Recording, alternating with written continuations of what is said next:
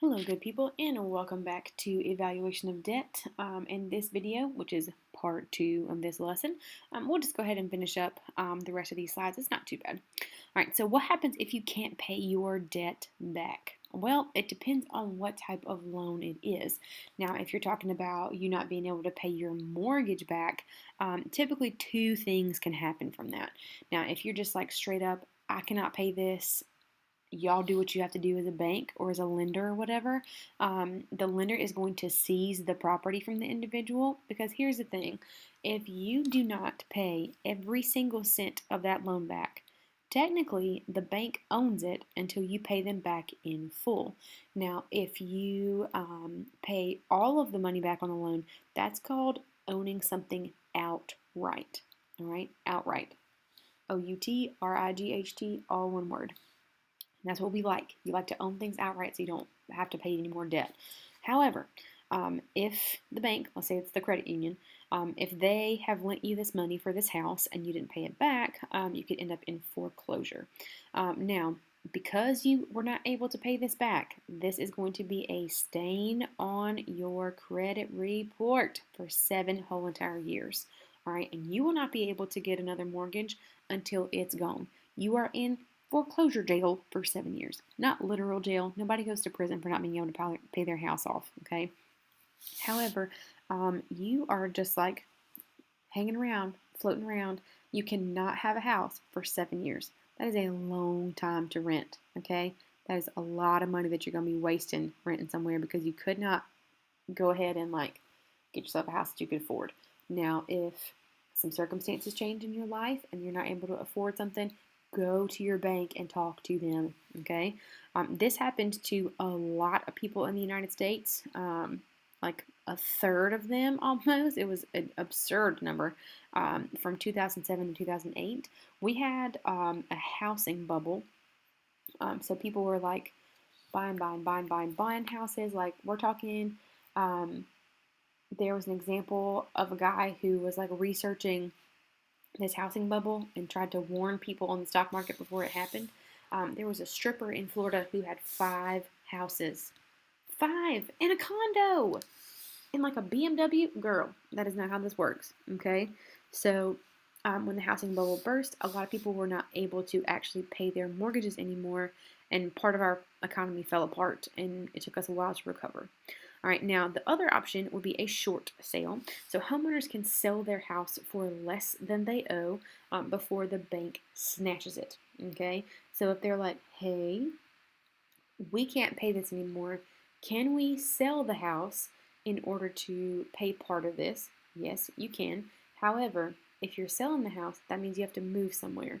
And if you can't afford the house that you're in now, you're going to have a hard time finding somebody to lend you money for another house. Typically speaking, if you're having a short sale on a house, you need to find yourself a house that is less expensive than the one that you're in then.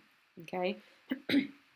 Before you go selling a house out from under somebody, you have to talk to the lender, because technically, if you still owe money to the lender, they still have possession of the house and it's still in their name. All right, so the credit union owns that house until you pay the credit union back.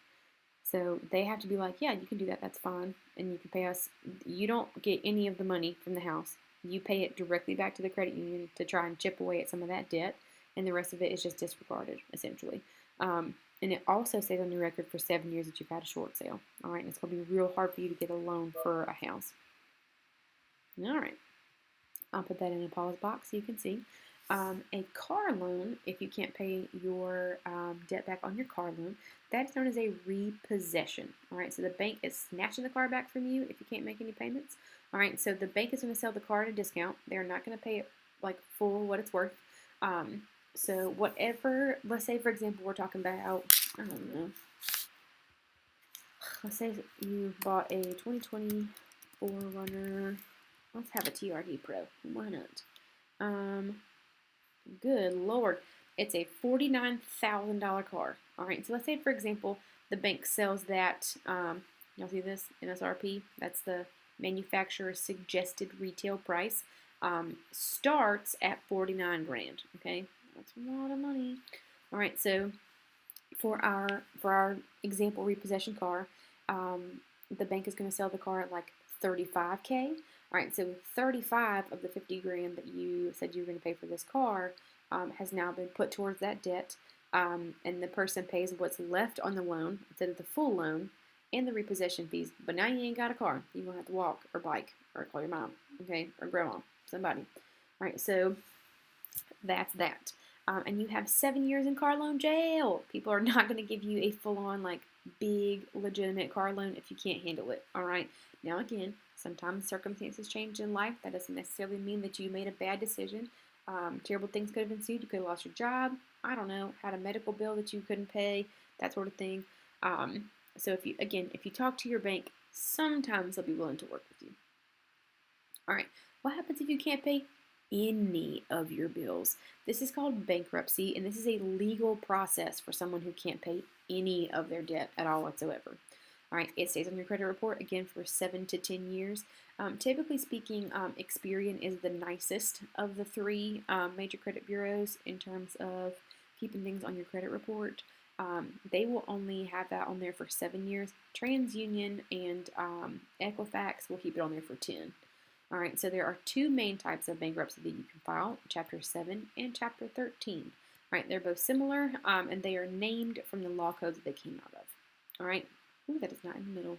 Dang. All right, so we'll do all of Chapter 7, and then we'll go down the other column and do all of Chapter 13.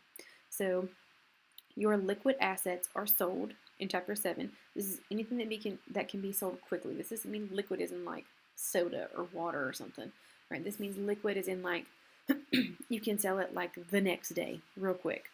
So your cars, art, any clothes that you have that have a lot of value, furniture, just like anything that is going to add money to your profit that you can just go ahead and sell, that is going to be used to help pay off some of your debt. And anything that after you sell all your stuff, any remaining debt is discharged.